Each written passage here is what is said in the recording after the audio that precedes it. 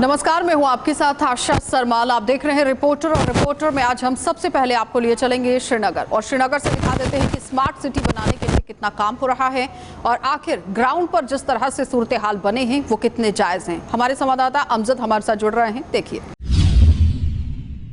श्रीनगर शहर को स्मार्ट बनाने की कोशिशें की जा रही हैं, या एक तरह से हम ऐसा कहें कि एक बहरूपिया चेहरा सामने रखने की कोशिश की जा रही है। जहां एक तरफ शहर के स्ट्रेचेस को अगर आप देखें, सड़कों पर चलने की जगह नहीं है, वहीं दूसरी तरफ जिन सड़कों पर गाड़ियां चला करती थी उन्हें पूरी तरह से बंद किया जा रहा है। आप देख पा रहे हैं रीगल चौक के बीचों बीच हम मौजूद हैं। आर्टिफैक्ट्स यहाँ पर बनाई जा रही हैं, तस्वीरें बनाई जा रही है, डिजाइन बनाए जा रहे हैं सड़कों पर, और ये बताया जा रहा है कि किस तरह से शहर जो है वो स्मार्ट है और किस तरह से इस स्मार्ट शहर के अंदर अलग अलग तरह की तस्वीरें, आर्टिफैक्ट्स देखने को मिल रही हैं। श्रीनगर म्यूनिसिपल कॉरपोरेशन के कमिश्नर साहब और उनके साथ साथ जो एक एडिशनल पोस्ट वो होल्ड करते हैं, जिसको हम लोग स्मार्ट सिटी प्रोजेक्ट के चेयरमैन की तरह से उन्हें देखते हैं, आमिर अख्तर साहब हमारे साथ हैं। सर, बहुत स्वागत है आपका। Thank you. Smart city project है सर, शहर की सड़कों पर बीचों बीच इस तरह से जो प्रोजेक्ट्स आप बना रहे हैं, पब्लिक नाराज नजर आ रही है क्योंकि ये एक बहुत ही इंपॉर्टेंट स्ट्रेच है जिसको फिलहाल के लिए सही अगर कहें तो मिनिमम 10 दिन के लिए तो बंद किया जाएगा। क्या पब्लिक सफरिंग नहीं होगी? नो, ये जहाँ पे भी कोई भी स्पॉट जो लिया गया है, चाहे ये है या जो कल वहाँ पे किया था परसों, वो वैसा स्पॉट है जहाँ वो ट्रैफिक को ध्यान में रखते हुए ही किया गया है। इनफैक्ट प्लेस मेकिंग और भी हम कहीं कहीं पे करने का प्लान करेंगे जंक्शंस के पास। उसका पर्पस भी ये है कि हम लोग थोड़ा सा हमारे ट्रैफिक को भी स्मूथ कर पाएं। तो it's a normal exercise, beautification भी होता है और कहीं कहीं पे जो लोगों के लिए वाइब्रेंसी भी होती है। खासतौर पे जो हमारे बच्चे हैं, they take part in these activities, that is the whole purpose of it. इससे थोड़ा सा ये चीज होता है, but we are very cognizant of the fact कि कहीं पे भी किसी जो है it should not lead to inconvenience. ऐसा है कि ये जो ट्रैफिक का सिस्टम है वो तो आपने नजर में रखा है, सब कुछ रखा है, लेकिन शहर ये कह रहा है कि एक बहरूपिया चेहरा सामने रखने की कोशिश की जा रही है रंग चढ़ा करके, क्योंकि एसेंशियल रूट्स, आप बिमना की बात करें, बटमालू की बात करें, मैकडेमाइजेशन कहीं नहीं है, स्ट्रीट लाइट्स कहीं नहीं है, पार्किंग फैसिलिटी हमारे पास है 5 महीने से तैयार है, इनॉग्रेट नहीं हो पा रही है। बेसिक फैसिलिटीज को छोड़ करके रंग तराशी करने की कोशिश की जा रही है, एक ऐसा चेहरा सामने रखने की कोशिश की जा रही है जो हकीकत है ही नहीं। बिल्कुल गलत है ये कहना भी गलत है। हर किसी चीज का, हर किसी पर्पस का, हर किसी एक्टिविटी का अपना अपना एक पर्पस होता है। हमारे चाहे जंक्शंस का है, उन पे भी पैरेलली हम लोग जंक्शन इंप्रूवमेंट्स में भी काम कर रहे हैं। हमारे जो यहाँ ट्रैफिक लाइट्स हैं, इसको अपग्रेडेशन का काम भी हम लोग पैरेलली कर रहे हैं। मार्केट्स अपग्रेडेशन का भी, जो हर किसी एजेंसी का अपना अपना एक मैंडेट होता है, और अलग अलग there are set of activities which are to be done. So वो they are being done parallelly. तो इसमें ये नहीं है कि एक चीज़ की जा रही है तो इसका ये मतलब नहीं है दूसरी चीज़ पे ध्यान नहीं दे रहे। दीज आर एक्टिविटीज़ बेसिकली जो हमारे बच्चे हैं, हमारी यूथ हैं, हमारे जो किड्स हैं, उनको इन्वॉल्व करने के लिए एक्टिविटीज़। ये जंक है, जैसे फॉर एग्जाम्पल यहाँ देखोगे अभी टायर्स हैं जो कहीं पे आलू गिरे पड़े रहते हैं, इनको हम लोग थोड़ा सा ब्यूटीफाई करके अपने शहर में किसी स्पॉट को ब्यूटीफाई करके। अगर पूछें तो कितने समय के लिए बंद रहेगा स्ट्रेच अभी? तो फिलहाल हम लोग ये बच्चे जो है they are making some drawings and other things to it. Once this is done, उसके बाद this will be accessible and open for public. इसमें ऐसा it's not like that. Thank you so much Aamir sahab बात करने के लिए। तो शहर के अंदर की जिस तरह की बातें सामने आ रही हैं कि ट्रैफिक लाइट्स नहीं चल रही हैं, पार्किंग्स अवेलेबल नहीं है, गाड़ियों को साइड पर लगाने की कहीं पे जगह नहीं है, वेंडर स्ट्रीट एरियाज मौजूद नहीं है, सड़कों पर मैकडेमाइजेशन नहीं है, एसएमसी के एसेंशियल प्रोजेक्ट्स जो होने चाहिए थे वो पूरे नहीं हो पा रहे हैं, लेकिन रंग तराशी, क्या बात है, शहर के अंदर ऐसी जगहों पर हो रही है और इस प्रकार की हो रही है कि देखने वाला भी एक समय के लिए चौंक जाता है कि सही में हमारा शहर जो है बदल रहा है। लेकिन इस शहर की दो तस्वीरें हैं, एक तस्वीर ये जो आप यहाँ पर देख रहे हैं और एक तस्वीर जो हम आपको दिखाएंगे इसके बाद, जिसमें आप देखेंगे कि शहर के असली जो प्राइम इलाके हैं जहाँ पे रिहायशी लोग रहने वाले हैं वो क्या शिकायतें करते हैं, उनकी क्या शिकायतें हैं, वो भी आपको दिखाएंगे। कैमरामैन खान मुदस्सिर के साथ अमजद खान की रिपोर्ट। उसके साथ ही आपको लिए चलेंगे जिला अनंतनाग, और अनंतनाग से दिखा देते हैं कि बिजली विभाग पर किस तरह सवालिया निशान लगते हुए नजर आ रहे हैं। बिजली की तारें किस तरह से यहां पर पोल्स पर लटकाई गई हैं, लेकिन ये पोल किस तरह के हैं, कैसे सूरत हाल बने हुए हैं, शाह जुनैद हमारे संवाददाता जुड़ रहे हैं, देखिए। पूरी करो हमारी मांगे, पूरी करो हमारी मांगे, हमारी मांगे, हमारी मांगे, हमारी मांगे। ग्रिड कॉलोनी में हम ग्रिड से एक फरलांग दूर है, एक जरिए न हमारे पास तार है, न पोल है, न कुछ है। इसलिए आपकी वसादत से हम गुजारिश करते हैं कि LG साहब को, एडमिनिस्ट्रेशन अनंतनाग को आपके हिसाब से तो कोई हो सके तो हमारा मसला ह्यूमनाइजेशन तो बोलते हैं कल 2 साल से बोलते हैं कल तो अब तो आज तक तो नहीं हुआ। तो इस सब को हम इल्तिजा करते हैं आपकी वसादत से कि हमारी तरफ कोई तवज्जो दी जाए ताकि हमारा मसला हल हो जाए। शांगस गोपालपुरा अनंतनाग के ग्रिड नाली के लोगों महकमे R&B और महकमे बिजली के खिलाफ किया एहतजाज। लोगों ने खस्ताल सड़क पर मैगडम बिछाने पर दिया इंतजामिया पर जोर और महकमे बिजली की नाकस तरसरी लाइन और दरख्त पर लगाए हुए तार को सौभाग्य स्कीम के तहत जल्द जल्द ग्रिड नाली गोपालपुरा के आवाम के हक में इस जायज मांग को लेकर इस पर कार्रवाई अमल में लाई जाए ताकि इलाके के लोग इस दौर जदीद में बिजली इस्तेमाल कर सके। JK 24/7 के लिए मैं अनंतनाग से शाहजहां। चलिए अब आपको शोपियां लिखेंगे और शोपियां से ही दिखा देते हैं कि जो गुज्जर समुदाय के लोग हैं और फॉरेस्ट की लैंड पर वो रह रहे हैं, लेकिन अब उन्हें किस तरह से इस जगह को छोड़ने की बात कही जा रही है। हमारे संवाददाता शोपियां से ही हमारे साथ जुड़ रहे हैं, क्या कुछ अपडेट कर रहे हैं देख लीजिए। इस समय मौजूद है जिला शोपियां से तकरीबन 30 किलोमीटर दूर नीलो नली तानगुतन में, और यहाँ पे हम जब आए तो यहाँ पे लोगों का कहना है कि हमारे साथ ज्यादती हो रही है। आखिर क्या ज्यादती हो रही है इनके साथ, आइए हम इनके साथ बात करने की कोशिश करेंगे। पहले आपका खैर मकदम है JK 24/7 में। Thank you sir. हमें बता दीजिए पहले आपका नाम और आप प्रोफेशनली क्या हो। मैं इंटरनेशनल गुजर महासभा स्टेट वाइस प्रेसिडेंट हूँ, चौधरी अब्दुल कयूम, डिस्ट्रिक्ट कुपवारा से रहता हूँ मैं। और मैं भी इनकी ये आवाज़ सुनकर यहाँ पर आज विजिट करने के लिए आया था, लेकिन यहाँ पर जब मैंने विजिट किया मैंने इनकी ऐसी एक आवाज़ सुनी कि ये काफ़ी उलझन में है।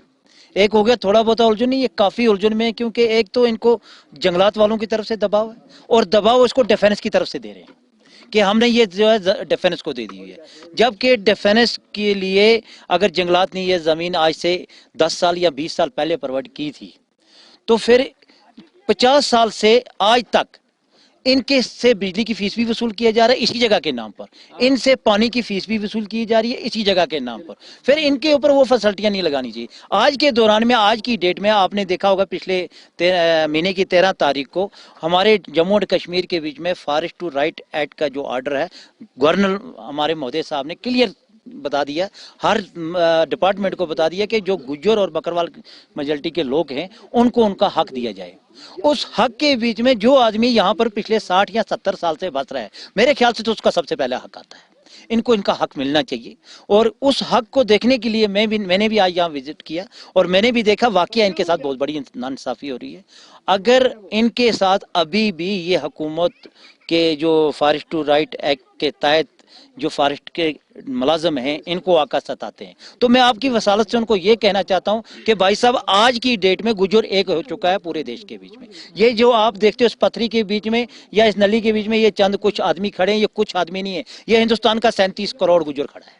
इनके साथ हर गुजर इस समय खड़ा हो चुका है। अगर यहाँ पर गवर्नमेंट ने, हमारे प्रधानमंत्री महोदय साहब ने ये देश दिया फॉरेस्ट टू राइट एक्ट, तो मैं नहीं समझता हूँ यहाँ का DFO साहब या चीफ कंजर्वेटर साहब या कुछ इनसे इनका हक ले सकेगा, क्योंकि अभी गुजर एक हो चुका है। इसलिए अगर अभी भी इनको तंग करते हैं तो हम उनके नाम पर बाज़ाफ्ता उस व्यक्ति के नाम पर, जो व्यक्ति इनके पास आएगा उसका फोन नंबर लेकर उसका नाम पूछ के हम सुप्रीम कोर्ट में केस लगाएंगे और इनका हक इनको दिलाएंगे।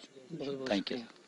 हमारे साथ गुजर महासभा इंटरनेशनल के प्रेसिडेंट और जिसने हमारे साथ बात करते हुए कहा कि किस तरीके से इन लोगों को जो है यहाँ पे परेशान किया जा रहा है, हर तरफ से इनको जो है इन पे जुल्म बरसाया जा रहा है। हालांकि ये लोग जो है पिछले करीबन 50 साल से यहाँ पे जो है रह रहे हैं और हालांकि इनके जो है इनके जो बिल्स हैं, पावर चाहे वो बिजली बिल है वो भी आती है और इसके साथ साथ पानी की बिल भी आती है, हालांकि इसी नाम से जो है वो यहाँ पे आती है, लेकिन अभी तक जो है इन लोगों को धमकाया जा रहा है। लिहाजा हम जो है एडमिनिस्ट्रेशन से खासकर ये हमारी जो यूटी उनसे गुजारिश करते हैं कि इनकी ये जो मुश्किलात हैं इसको दूर किया जाए और इस पे जो है फौरी तौर जो है यहाँ पे कार्रवाई की जाए, जो इसमें मुलविस अफराद है उनको जो है कड़ी से कड़ी कार्रवाई की जाए। JK 24/7 के साथ शोपियान से मैं उमर मलिक। चलिए अब आपको कुलगाम लिए चलेंगे और कुलगाम से भी क्या कुछ अपडेट है वो दिखा देते हैं। इसी सिलसिले में आज हमने DDC मेंबर्स को, BDCs को और सरपंच 5 हजरात को यहाँ मदऊ किया था टाउन हॉल कुलगाम में, जिसकी सदारत जो है डिस्ट्रिक्ट डेवलपमेंट कमिश्नर ने की। और आज डिस्ट्रिक्ट डेवलपमेंट कमिश्नर ने तमाम PRIs के सामने लेबर बजट की प्लानिंग जो है, ग्राम सभा शेड्यूल जो है 2022-2023 फाइनेंशियल ईयर का बाज़ाब्ता तौर आगाज़ किया है। मैं आपको कहना चाहता हूँ कि हमारा ज़िला जो है लोगों की मेहनत से, PRIs की मेहनत से और मेरे फील्ड फंक्शनरीज की मेहनत से पिछले 2 सालों से कंटिन्यूसली टॉप करता आया है। चाहे टाइमली पेमेंट हो, चाहे जियो टैगिंग हो, चाहे वेज डिसबर्समेंट हो, चाहे मटीरियल लेबर रेशो हो। तो इंशाल्लाह इस साल भी हमारी यही कोशिश रहेगी, ये फाइनेंशियल ईयर भी हम टॉप करेंगे। Thank you. महकमा दिही तरक्की कुलगाम ने आज टाउन हॉल कुलगाम में DDCs, BDCs और पंचायती राज के नुमाइंदों के लिए साल 2022 और 2023 के हवाले से मरतब की गई स्कीमों के माली बजट के हवाले से जानकारी फराहम की, और जबकि मनरेगा और दीगर स्कीम के हवाले से भी पंचायती राज के नुमाइंदों को आगाह किया गया। इस मौके पर ज़िला इंतज़ामिया और मुतल्लिका महकमा के अफसरान भी मौजूद थे। JK 24/7 के लिए मैं कुलगाम से तनवीर वानी। चलिए बांडीपुरा लिए चलेंगे और बांडीपुरा से भी क्या कुछ है वहां पर सूरत हाल देखिए। नाज़रीन, इस वक्त हम मौजूद है दारुल उलूम जमीयतुल कादरिया तिरगाम सोनावारी में, जो कारवान इस्लामी इंटरनेशनल के एहतमाम से जो यहाँ पे एक कॉन्फ्रेंस का इनेकाद किया गया था। आज यहाँ पे इस हवाले से तकरीब जो है इस वक्त जारी है। आप देख सकते हैं किस तरह से जो तालिब इल्म है वो इस वक्त जा रहे हैं और कॉन्फ्रेंस में शिरकत कर रहे हैं। आपको बता दें कि ये जो कॉन्फ्रेंस आज यहाँ पे जो तकरीब मुनक़द हो रही है, ये महबूब आलम शेख हमज़ा मखदूमी और इमाम अहमद रज़ा ख़ान जैसे औलिया इकराम के जो उर्स पाक हैं, उसी मुनासबत से यहाँ पे मुनक़द हो रही हैं, जिसकी सदारत मौलाना गुलाम रसूल हामी साहब कर रहे हैं। और हम उनसे भी बात करने की कोशिश करेंगे कि वो इस तकरीब के हवाले से क्या कहते हैं, उनके तासुरात उन्हीं से जानते हैं। आज की तकरीब हज़रत सैयदना महबूब आलम शेख हमज़ा मखदूमी अलैहि रहमत व रिदवान और इमाम अहमद रज़ा ख़ान फाज़िल बरेलवी अलैहि रहमा और मुजद्दिद अल्फ़सानी और शेखुल आलम शेख नूरुद्दीन नूरानी के जो एराज मुक़द्दसात है, जो इनके उर्स मुबारक के तकरीबात है, ये एक ही हफ्ते में होते हैं। तो इसी वजह से आज की कॉन्फ्रेंस का यहाँ इनेकाद किया गया। आप जानते हैं कि कोविड पेंडेमिक जो कोविड चल रहा है, उसके वजह से बहुत सारे कॉन्फ्रेंस मुनक़द करने की इजाज़त एडमिनिस्ट्रेशन की तरफ से नहीं दी जा रही है। इस वजह से इसको बड़े हल्के पैमाने पर रखा है कि एक सिम्बालिक अलामती कॉन्फ्रेंस रखा है, जिसमें औलिया कामिलीन के पैगामात को और महबूब आलम और आला हज़रत और मुजद्दिद अल्फ़सानी की सीरत को बयान किया जा रहा है। ये हर साल मुनक़द किया जाता है, लेकिन इस साल भी इसी तकरीब को यहाँ मुनक़द किया गया। और आज पूरे दुरुस्त रियासत में आप देखते हैं कि महबूब आलम का उर्स मनाया जा रहा है, पूरे दुनिया में आप देख रहे हैं आला हज़रत का उर्स मनाया जा रहा है। उस सिलसिले में एक तकरीब है कि औलिया कामिलीन ने जो पैगाम दिया है, जो दर्स दिया है, सूफिया का पैगाम है क्या असल में, ये प्यार मोहब्बत का पैगाम है, मुवद्दत और मारिफत का पैगाम है। उस पैगाम के हवाले से यहाँ नात व मनाकिब के मजलिस में वाज़ तबलीग के लिए उलमा किराम तशरीफ़ लाए हैं, और जो इदारे के तलबा है, तालिब इल्म है, ये इस प्रोग्राम में हिस्सा लेते हैं और हर साल लेते हैं। उसके साथ ही कश्मीर के और भी अलग अलग जिलों के अंदर क्या कुछ सूरत हाल बने हुए हैं वो दिखा देते। दिनों पहले यानी कि 2 दिन पहले LG एडमिनिस्ट्रेशन की तरफ से एक ऑर्डर जारी किया गया है। जो भी रिटायर इंजीनियर हैं उनके लिए एक पॉलिसी बनाई गई है, वो दोबारा उनको अलग अलग डिपार्टमेंट्स में एडजस्ट किया जाएगा। और कुछ बच्चे जो हैं वो आज सड़कों पे उतर आए। इनका ये कहना है कि हम M.Tech B.Tech करके हैं, हमारे लिए कोई भी पॉलिसी नहीं है। रिटायर जो लोग हुए हैं उनके लिए पॉलिसी सरकार निकाल रही है, और हम कहाँ जाएंगे। इनसे बातचीत करते हैं किस तरह की दिक्कत इनको आ रही है और ये क्या बताना चाहते हैं। सर, आपको वेलकम है, थोड़ा सा बताएं क्या बताना चाहोगे। जिस तरह से LG एडमिनिस्ट्रेशन की तरफ से एक ऑर्डर जारी किया गया है, रिटायर जो भी इंजीनियर हैं उनके लिए पॉलिसी बनाई गई है, और आपके लिए कोई भी पॉलिसी अभी तक तैयार नहीं की गई है। सर, आपका सबसे पहले मैं अपनी तरफ से और पूरी एसोसिएशन की तरफ से आपका बहुत बहुत शुक्रिया अदा करना चाहता हूं, जो आपने वक्तन फ़वक्तन हमारी आवाज़ को बुलंद करना चाहा। सर, जो ये लास्ट टाइम भी ये 1 महीने पहले भी ये ऑर्डर रूमर एक था कि ऐसा ऑर्डर पास होने वाला है, मगर 2 दिन पहले तो कंफर्म हो गया कि JD डिपार्टमेंट से कि एक ऑर्डर जारी हुआ कि जितने भी रिटायर है, चाहे वो JE हो, चाहे वो AE हो, चाहे वो AEE हो, उनको वो एज ए कॉन्ट्रेक्चुअल बेस पे लगा रहे हैं। सर, आपको मैं बताता चलूँ कि हम 2014 से लेकर टू टिल डेट तक प्रोटेस्ट कर रहे हैं, रोडों पर उतर रहे हैं, क्योंकि 2014 से पहले कम ज्यादा पोस्टें निकलती थी। 2014 के बाद इन्होंने कोई भी पोस्ट टू टिल डेट तक नहीं निकाली। अभी जस्ट 4-5 महीने पहले इन्होंने 209 पोस्टों को मतलब एडवर्टाइज किया है। वो इनने जल शक्ति में 65 पोस्ट और PWD में 144 पोस्ट, और सर अभी कुछ 4-5 दिन पहले इनने फिर से जल शक्ति में 164 पोस्टों को एडवर्टाइज किया हुआ है। सर, LG सर ने खुद भी बोला कि हमारे पास जो ऑडिट डिपार्टमेंट में उसमें बहुत ज्यादा हमारे पास इंजीनियरिंग स्टाफ की बहुत ज्यादा कमी है, मगर मैं LG एलजी साहब से रिक्वेस्ट कर रहा हूँ, और हमने यहाँ तक कि इनको बताया भी है कि नियर अबाउट कोई 700-800 के आसपास सिविल जेई की पोस्टें वैकेंट हैं, वो एडवर्टाइज क्यों नहीं कर रहे हैं? सर, सबसे पहले मैं आपका शुक्रिया अदा करना चाहता हूं कि आपने जो हमारी बात है ये सरकार तक पहुंचाने की आपने कोशिश की है। तो ये मैं आपको ये बताना चाहूँगा कि 2014 के बाद से पहली बार 2020 में लास्ट ईयर में 200 पोस्ट इन्होंने एडवर्टाइज़ की थी। उसका हमने फॉर्म भरा था, अभी उसके लिए सब लोग प्रिपरेशन कर रहे थे, पूरा बच्चों का माइंड सेटअप बना था। लेकिन आप देख लीजिए कि उसका खाली 200 पोस्टें हैं और अनएम्प्लॉयड यूथ है हमारा अबव 50,000, मोर देन। उसमें बीटेक वाले भी हैं और डिप्लोमा वाले भी हैं, खाली सिविल ब्रांच के। तो अभी बच्चे वहाँ पढ़ रहे थे, सोच रहे थे कि चलो ठीक है, अगर 200 ही हैं तो अगली बार आ जाएंगे। तब तक इन्होंने 1 महीना पहले एलजी साहब की तरफ से एक ऑर्डर आया है कि जितना भी तुम्हारा पंचायत लेवल पे आरईडी में जो भी तुम्हारे रिक्वायरमेंट है उसमें जो आपको वैकेंट पोस्ट है, चाहे जेई हो, एई हो, एडब्ल्यूज हो, उनको आप फिल करेंगे। कैसे करेंगे? जो एक्स सर्विसमैन है जिन्होंने ऑलरेडी अपना टाइम दिया है सरकार को, उनको दोबारा से एंगेज करें कॉन्ट्रेक्चुअल बेस पे। उनका सैलरी भी अच्छा खासा है, उतनी सैलरी हम भी नहीं मांगते हैं। अगर हम कहीं प्राइवेट में जाएंगे उतनी सैलरी हमको भी नहीं मिलती है, उतना सैलरी उनको मिल रही है। बहुत बहुत शुक्रिया हमसे बात करने के लिए। ये साफ तौर पे आप देख सकते हैं ये एमटेक बीटेक करके बच्चे हैं, और इनका ये कहना है कि जिस तरह से 2 दिन पहले एक ऑर्डर जारी किया गया है एलजी एडमिनिस्ट्रेशन की तरफ से, जो भी रिटायर जो इंजीनियर हैं उनके लिए एक पॉलिसी बनाई गई है, वो दोबारा उनको एडजस्ट किया जाएगा अलग अलग डिपार्टमेंट्स में। और इनका ये कहना है कि हम लोग कहाँ जाएंगे, अब एडजस्ट किया जाए, जो हकदार लोग हैं उनको एडजस्ट किया जाए। अब देखना ही होगा कि सरकार किस तरह का कदम उठाती है। आप देखते रहे गुलिस्तान न्यूज़, वसीम गुत्तू, डोडा। उड़ी की अगर हम बात करें, जहां तस्करी के वाकया जो है वो लगातार रोनमा हो रहे हैं। कल की अगर हम बात करें, फौज ने ये दावा किया कि एलओसी पे हमने कुछ सस्पिशियस मूवमेंट्स ऑब्जर्व किए। जो ही वो वहाँ के ट्रूपर्स जो है वो अलर्ट होते हैं, लेकिन वो जहाँ जब आगे बढ़ने लगे तो उन्होंने वहाँ पे खाली ड्रग्स पाया, लेकिन जो बंदे वो ला रहे थे वो वापस भागने में कामयाब हो गए। आज एसएसपी ने बारामुल्ला में प्रेस कॉन्फ्रेंस में कहा कि इसका जो वज़न है तकरीबन 25 से 30 किलो है। इसकी अगर हम कॉस्ट की बात करें, वो इंटरनेशनल मार्केट में तकरीबन 20 से 25 करोड़ है। उसने ये भी बताया कि ये फ़ौज और पुलिस के लिए एक बहुत बड़ी कामयाबी है। साथ साथ ये भी कहा कि एफआईआर जो है वो दर्ज की गई है, अभी तक कोई अरेस्ट नहीं हुआ है। मजीद इस केस की तहकीकात जो है वो बड़े पैमाने पे चल रही है।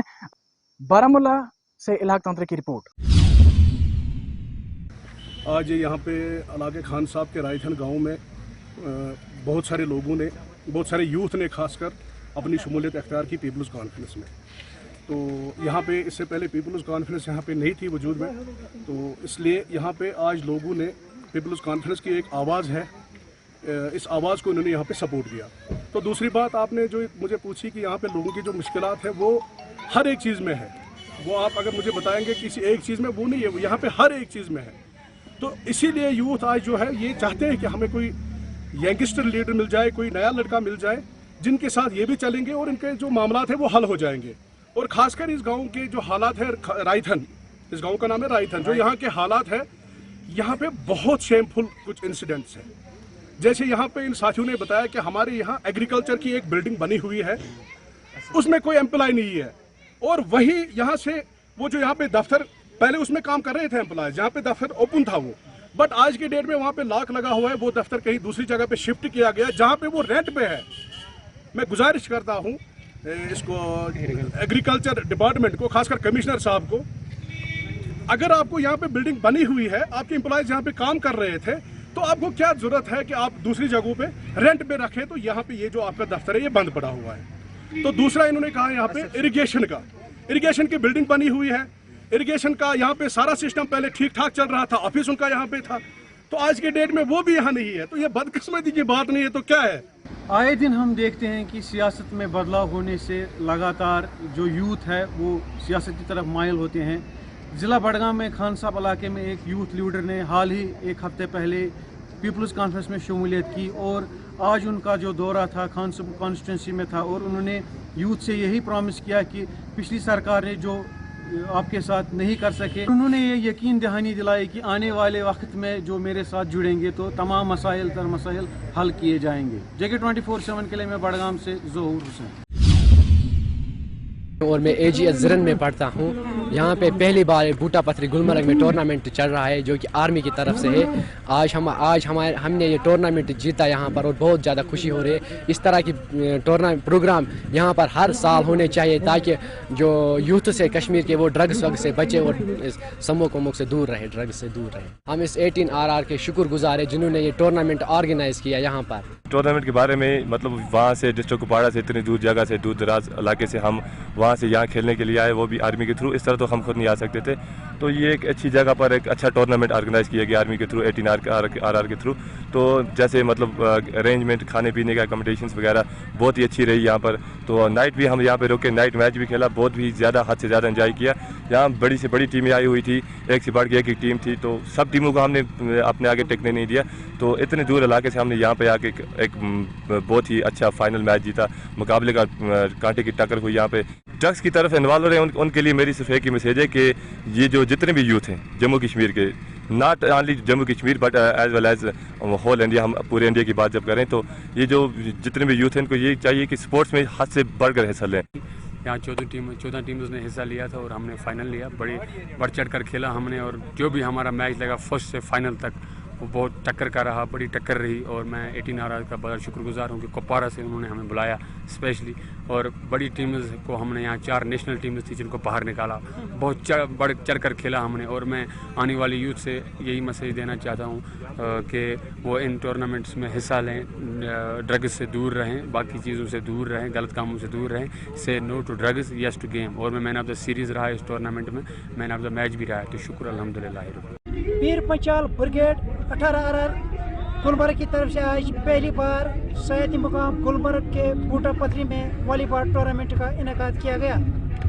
इस टूर्नामेंट में मुख्तलिफ अजला से आए हुए खिलाड़ियों ने शिरकत की। इस टूर्नामेंट का यही मकसद था कि नौजवानों को नशे की लत से दूर रखा जाए, इन्हें स्पोर्ट्स की तरफ ज़्यादा राग़िब किया जाए। तो फिलहाल आपने देखा कि हर जगह पर किस तरह से सूरत हाल बनते हुए नजर आ रहे हैं, लेकिन श्रीनगर शहर को स्मार्ट सिटी बनाने की कवायद जो पहले शुरू करने की कोशिश की गई थी उस पर कितना काम हुआ यह आपने देखा। लेकिन उसके साथ ही आपने ये भी देखा कि अनंतनाग के अंदर बिजली विभाग पर किस तरह से सवालिया निशान उठते हुए नजर आ रहे थे, और जम्मू संभाग और कश्मीर संभाग में कितना काम हो रहा है। आम जनता किस तरह से परेशानी के दौर से गुजरती हुई नजर आ रही है, इस पर गौर फरमाना बहुत जरूरी है, क्योंकि LG प्रशासन की तरफ से जो दावे पेश किए गए हैं उनमें कितनी सच्चाई है, उनमें कितना काम हो रहा है, ये सब आपके सामने।